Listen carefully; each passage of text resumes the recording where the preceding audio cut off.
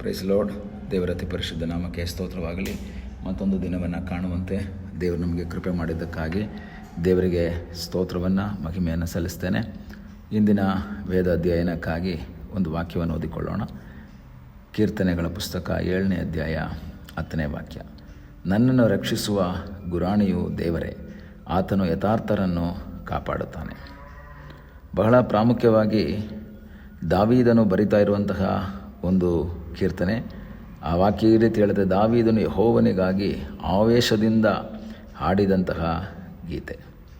ಶತ್ರುಗಳು ಅವನಿಗೆ ವಿರುದ್ಧವಾಗಿದ್ದಾರೆ. ನಮಗೆ ಗೊತ್ತು, ಸೌಲ ಆಗಿರ್ಬೋದು, ಮಗ ಆಗಿರ್ಬೋದು, ಅನೇಕ ರೀತಿಯ ಸಮಸ್ಯೆಗಳನ್ನು ಇತರರಿಂದ ದಾವೀದನು ಅನುಭವಿಸ್ತಾ ಇರ್ತಾನೆ.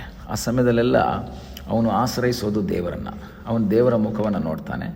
ಏಕೆಂದರೆ ಒಂದು ಯುದ್ಧದಲ್ಲಿ ತಮ್ಮನ್ನು ತಾವೇ ರಕ್ಷಿಸಿಕೊಳ್ಳುವುದಕ್ಕಾಗಿ ಗುರಾಣಿಯ ಪಾತ್ರ ಬಹಳ ಪ್ರಾಮುಖ್ಯವಾಗಿದೆ. ಖಡ್ಗ ಇರೋದು ಶತ್ರುವಿನ ಆಕ್ರಮಣಕ್ಕೆ, ಆದರೆ ಗುರಾಣಿ ಇರೋದು ತಮ್ಮ ರಕ್ಷಣೆಗೋಸ್ಕರ. ಈಗ ದಾವೀದನು ಹೇಳ್ತಾ ಇದ್ದಾನೆ, ನನ್ನನ್ನು ರಕ್ಷಿಸುವ ಗುರಾಣಿ ದೇವರೇ. ನನ್ನನ್ನು ರಕ್ಷಿಸುವುದಕ್ಕಾಗಿರುವಂಥ ಗುರಾಣಿ ದೇವರೇ. ಯಾಕೆಂದರೆ 1 ಸಮುವೇಲ 17ನೇ ಅಧ್ಯಾಯದಲ್ಲಿ ಓದುವಾಗ ದಾವೀದನು ಗೋಲಿಯಾತನಿಗೆ ವಿರುದ್ಧವಾಗಿ ಯುದ್ಧಕ್ಕೆ ಹೋಗುವಾಗ ಅವನ ಬಳಿಯಲ್ಲಿ ಆಯುಧಗಳ್ಯಾವುದೂ ಇಲ್ಲ. ಖಡ್ಗ ಇಲ್ಲ, ಗುರಾಣಿ ಇಲ್ಲ, ಯಾವುದೂ ಸಹ ಇಲ್ಲ. ಆದರೆ ಗೋಲಿಯಾತನ ಬಳಿಯಲ್ಲಿ 17ನೇ ಅಧ್ಯಾಯ 7ನೇ ವಾಕ್ಯ ಓದಬೇಕಾದ್ರೆ ಗೊತ್ತಾಗುತ್ತೆ, ಅವನ ಗುರಾಣಿಯನ್ನು ಹೊರುವವನು ಅವನ ಮುಂದೆ ಮುಂದೆ ಹೋಗುತ್ತಿದ್ದನು. ಗುರಾಣಿಯನ್ನು ಹೊರುವಂತಹ ವ್ಯಕ್ತಿ ಮುಂದೆ ಮುಂದೆ ಹೋಗ್ತಾ ಇದ್ದಾನೆ. ಆದರೆ ದಾವೀದನಿಗೆ ಯಾವ ಗುರಾಣಿಯೂ ಇಲ್ಲ, ಖಡ್ಗ ಇಲ್ಲ, ಯಾವುದೇ ರೀತಿಯ ಆಯುಧಗಳಿಲ್ಲ. ಇಲ್ಲದೆ ರಣಶೂರನಾದಂತಹ ಯುದ್ಧ ವೀರನಾದಂತಹ ಗೋಲಿಯಾತನಿಗೆ ವಿರುದ್ಧವಾಗಿ ಯುದ್ಧಕ್ಕೆ ಹೋಗ್ತಾನೆ. ಆ ಯುದ್ಧದಲ್ಲಿ ಆ ಗುರಾಣಿ ಇದ್ದಂತಹ ವ್ಯಕ್ತಿ ಅಥವಾ ಈಟಿ, ಕತ್ತಿ, ಬರ್ಜಿ ಎಲ್ಲ ತಗೊಂಡು ಬಂದಂತಹ ಗೋಲಿಯಾತನನ್ನು ಕೊಂದು ಅವನ ತಲೆಯೊಂದಿಗೆ ಹಿಂದಿರುಗಿ ಬರ್ತಾನೆ, ಗುರಾಣಿ ಇಲ್ಲದೆ. ಈಗ ಕೀರ್ತನೆಯಲ್ಲಿ ಆತನು ಬರಿತಾ ಇದ್ದಾನೆ, ನನ್ನನ್ನು ರಕ್ಷಿಸುವ ಗುರಾಣಿ ದೇವರೇ. ಈ ಲೋಕದಲ್ಲಿ ನನ್ನನ್ನು ನಿಮ್ಮನ್ನು ರಕ್ಷಿಸುವಂಥವನು, ಗುರಾಣಿಯಾಗಿ ನಿಂತಿರುವವನು ದೇವರೇ ಎಂಬುದನ್ನು ನಾವು ಮರೆಯಬಾರ್ದು. ಈ ಲೋಕದಲ್ಲಿ ನಮ್ಮನ್ನು ರಕ್ಷಿಸುವುದಕ್ಕಾಗಿ ನಮ್ಮ ಸ್ನೇಹಿತರಿರ್ಬೋದು, ನಮ್ಮ ಬಂಧು ಮಿತ್ರರಿರ್ಬೋದು, ನಮ್ಮ ತಂದೆ ತಾಯಿ ಬಂಧು ಬಳಗ ಎಲ್ಲರಿರ್ಬೋದು. ಅವರು ನಮ್ಮನ್ನು ರಕ್ಷಿಸ್ತಾರೆ, ಅವ್ರು ನಮಗೆ ಸಹಾಯ ಮಾಡ್ತಾರೆ, ನಮ್ಮ ಸಂಗಡ ಇರ್ತಾರೆ, ನಮ್ಮ ಕರ ಹಿಡಿತಾರೆ, ನಮ್ಮ ಜೊತೆ ಇರ್ತಾರೆ. ಇದೆಲ್ಲ ನಮ್ಮ ಒಂದು ನಂಬಿಕೆ. ಕೆಲವು ಸಂದರ್ಭಗಳಲ್ಲಿ ಅವರ ಸಹಾಯ ನಮಗೆ ಬರ್ತದೆ, ನಾವು ಅದನ್ನು ಹೊಂದ್ಕೊಳ್ತೀವಿ. ಅದು ಸತ್ಯವಾದಂತಹ ಮಾತೆ. ಆದರೆ ದೇವರ ವಾಕ್ಯ ಹೇಳ್ತದೆ, ನಮಗೆ ಸಹಾಯ ಮಾಡುವಂಥವನು ಸರ್ವಶಕ್ತನಾದೊಬ್ಬ ದೇವರು, ನಮ್ಮ ಜೊತೆ ಇರುವವನು ಸರ್ವಶಕ್ತನಾದೊಬ್ಬ ದೇವರು. ದಾವೀದನು ತನ್ನ ಜೀವಿತದಲ್ಲಿ ಯುದ್ಧ ಮಾಡುವುದಕ್ಕಾಗಿ ಅಥವಾ ಗೋಲಿಯಾತನಿಗೆ ವಿರುದ್ಧ ಹೋಗೋದಾಗ ಯಾರೂ ಇಲ್ಲದೇ ಇದ್ದಾಗ ಸಹಾಯ ಮಾಡಿದಂಥ ದೇವರು.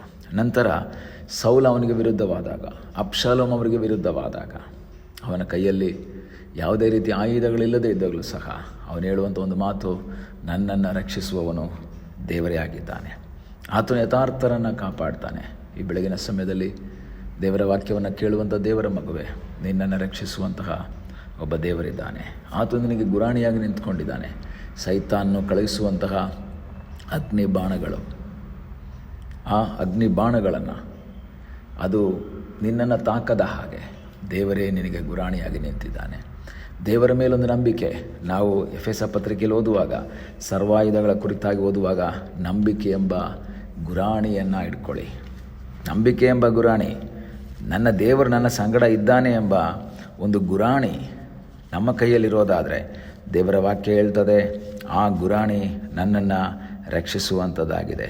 ದೇವರ ವಾಕ್ಯ ಹೇಳ್ತದೆ, ನಂಬಿಕೆ ಎಂಬ ಗುರಾಣಿಯನ್ನು ಹಿಡ್ಕೊಳ್ಳಿರಿ, ಅದರಿಂದ ನೀವು ಕೆಡುಕನ ಅಗ್ನಿ ಬಾಣಗಳನ್ನೆಲ್ಲ ಆರಿಸುವುದಕ್ಕೆ ಶಕ್ತರಾಗಿರುವಿರಿ. ಕೆಡುಕನು ಅಗ್ನಿ ಬಾಣಗಳನ್ನು ಹಾಕ್ತಾನೆ. ಅಗ್ನಿ ಬಾಣಗಳನ್ನು ನಮ್ಮ ಮೇಲೆ ಕಳುಹಿಸುವಾಗ ನಮ್ಮನ್ನು ರಕ್ಷಿಸುವುದಕ್ಕಿರುವಂತಹ ಒಬ್ಬ ದೇವರಿದ್ದಾನೆ. ಆ ದೇವರ ಮೇಲಿರುವಂತಹ ನಂಬಿಕೆ ಎಂಬ ಗುರಾಣಿಯನ್ನು ಇಟ್ಕೊಳ್ಬೇಕು. ದೇವರ ಮೇಲೆ ನಂಬಿಕೆ ಇರುವುದಾದರೆ ನಮ್ಮನ್ನು ರಕ್ಷಿಸುವಂಥವನು. ದಾವೀದನಿಗೆ ದೇವರ ಮೇಲೆ ಪೂರ್ಣ ಭರವಸೆ ಇತ್ತು, ಪೂರ್ಣ ನಂಬಿಕೆ ಇತ್ತು. ರಾಜನೇ ನನಗೆ ವಿರುದ್ಧವಾದರೂ ಪರವಾಗಿಲ್ಲ, ರಾಜಾದಿರಾಜ ನನ್ನ ಸಂಗಡ ಇದ್ದಾನೆ, ನನಗೆ ಗುರಾಣಿಯಾಗಿ ನಿಂತಿದ್ದಾನೆ ಎಂಬ ನಂಬಿಕೆ ಅವನಲ್ಲಿ ಇದ್ದದರಿಂದ ಅವನು ಸೋತು ಹೋಗಲಿಲ್ಲ. ಈ ದಿವಸ ನಮ್ಮ ನಂಬಿಕೆ ಯಾರ ಮೇಲೆ? ನಮ್ಮ ಆಶ್ರಯ ಯಾರ ಮೇಲೆ? ನಮ್ಮ ಹಣದ ಮೇಲೆನಾ? ನಮ್ಮ ಶಕ್ತಿ ಮೇಲೆನಾ? ನಮ್ಮ ಬಲದ ಮೇಲೆನಾ? ಅದಿದ್ದರೆ ಕೆಲವಾಗ ನಮಗೆ ಜಯ ಕೊಡ್ಬೋದು, ಕೆಲವಾಗ ಅದು ಜಯ ಕೊಡಲ್ಲ. ಈ ದಿವಸ ಕರ್ತನ ಮುಖವನ್ನು ನೋಡೋಣ, ಕರ್ತನಲ್ಲಿ ಆಶ್ರಯಿಸೋಣ. ಕರ್ತನೇ, ನನಗೆ ಸಹಾಯ ಮಾಡುವ ಸರ್ವಶಕ್ತನಾದ ದೇವರು ನೀನಾಗಿದ್ದೀಯಾ, ನೀನು ನನಗೆ ಗುರಾಣಿಯಾಗಿದ್ದೀಯಾ ಎಂಬ ನಂಬಿಕೆಯಿಂದ ನಾನು ಮುಂದೆ ಹೋಗ್ತೀನಿ. ಕಿಡುಕನು ಅಗ್ನಿ ಬಾಣಗಳನ್ನು ಬಿಟ್ಟು ನನ್ನನ್ನು ನಿಮ್ಮನ್ನು ನಾಶ ಮಾಡುವುದಕ್ಕಾಗಿ ಪ್ರಯತ್ನ ಮಾಡುವಾಗ ಅದರ ಮಧ್ಯದಲ್ಲಿ ಜಯ ಕೊಡುವಂತಹ ಗುರಾಣಿಯಾದಂತಹ ಕರ್ತನಿದ್ದಾನೆ. ದಾವೀದನಿಗೆ ಒಂದು ನಂಬಿಕೆ, ನಾನಿವತ್ತು ಸೇಫ್ ಆಗಿದ್ದರೆ, ಗೋಲಿಯಾತನ ಹತ್ರ ಯುದ್ಧ ಮಾಡಿ ನಾನು ಉಳ್ಕೊಂಡಿದ್ರೆ, ಸೌಲ ಈಟಿ ಎಸ್ದಾಗ ತಪ್ಪಿಸಿಕೊಂಡು ನಾನು ಉಳ್ಕೊಂಡಿದ್ರೆ, ಅಬ್ಷಾಲೋಮ್ ನನಗೆ ವಿರುದ್ಧವಾಗಿ ದಂಗೆ ಎದ್ದಾಗ ತಪ್ಪಿಸಿ ನಾನು ಉಳ್ಕೊಂಡು ಮತ್ತೆ ರಾಜನಾಗಿ ಸಿಂಹಾಸನದಲ್ಲಿ ಕೂತಿದ್ರೆ, ಅದಕ್ಕೆ ಕಾರಣ ನನಗೆ ಗುರಾಣಿಯಾಗಿದ್ದು ನನ್ನನ್ನು ಕಾಪಾಡಿ ನನ್ನನ್ನು ರಕ್ಷಿಸಿದಂತಹ ಸರ್ವಶಕ್ತನಾದ ಯೆಹೋವನು ನನ್ನ ಸಂಗಡ ಇದ್ದಾನೆ. ಆ ನಂಬಿಕೆ ದಾವೀದನಲ್ಲಿದ್ದರಿಂದ ಅವನು ಹೇಳ್ತಾನೆ, ಯಥಾರ್ಥವಂತರನ್ನು ಆತನು ಕಾಪಾಡ್ತಾನೆ. ಈ ದಿವಸ ಕರ್ತನಲ್ಲಿ ಆಶ್ರಯಿಸು, ನಿನ್ನನ್ನು ನಿನ್ನ ಕುಟುಂಬವನ್ನು ರಕ್ಷಿಸುವಂತಹ ಗುರಾಣಿಯಾಗಿ ನಿಮ್ಮ ಸಂಗಡ ದೇವರಿರ್ತಾನೆ. ಕಣ್ಣುಗಳನ್ನ ಮುಚ್ಚೋಣ, ಪ್ರಾರ್ಥನೆ ಮಾಡೋಣ. ನಮ್ಮನ್ನು ಬಹಳವಾಗಿ ಪ್ರೀತಿ ಮಾಡುವ ಪರಲೋಕದ ತಂದೆಯಾದ ದೇವರೇ, ಮತ್ತೊಂದು ಆವರ್ತಿ ನಿನ್ನ ಸನ್ನಿಧಾನದಲ್ಲಿ ಬಂದಿದ್ದೇವೆ. ಈ ದಿವಸ ದೇವರೇ, ನಮ್ಮನ್ನು ರಕ್ಷಿಸುವಂಥ ಗುರಾಣಿಯಾಗಿರುವಂತಹ ನಿನ್ನಲ್ಲಿ ಆಶ್ರಯಿಸಿ ನಂಬಿಕೆ ಎಂಬ ಗುರಾಣಿ ಹಿಡಿದುಕೊಂಡು ಅಗ್ನಿ ಬಾಣಗಳನ್ನು ಎದುರಿಸಿ ಜಯಶಾಲಿಗಳಾಗಿ ನಿಲ್ಲುವ ಹಾಗೆ ನೀ ನಮ್ಮೆಲ್ಲರಿಗೂ ಕೃಪೆ ಮಾಡು ಎಂಬುದಾಗಿ ನಾವು ಪ್ರಾರ್ಥಿಸ್ತೇವೆ. ನಿನ್ನ ಸಾನ್ನಿಧ್ಯ ನಮ್ಮ ಸಂಗಡ ಇದು ನಡೆಸ್ತಾ ಇರುವುದಕ್ಕಾಗಿ ಸ್ತೋತ್ರ. ಪ್ರಾರ್ಥನೆಯನ್ನು ಕೇಳಿದ್ದಕ್ಕಾಗಿ ಸ್ತೋತ್ರ. ಯೇಸುವಿನ ಮುದ್ದಾದ ಹೆಸರಿನಲ್ಲಿ ಬೇಡಿಕೊಳ್ಳುತ್ತೇವೆ ನಮ್ಮ ಪ್ರೀತಿಯ ತಂದೆಯೇ. ಆಮೇನ್. God bless you.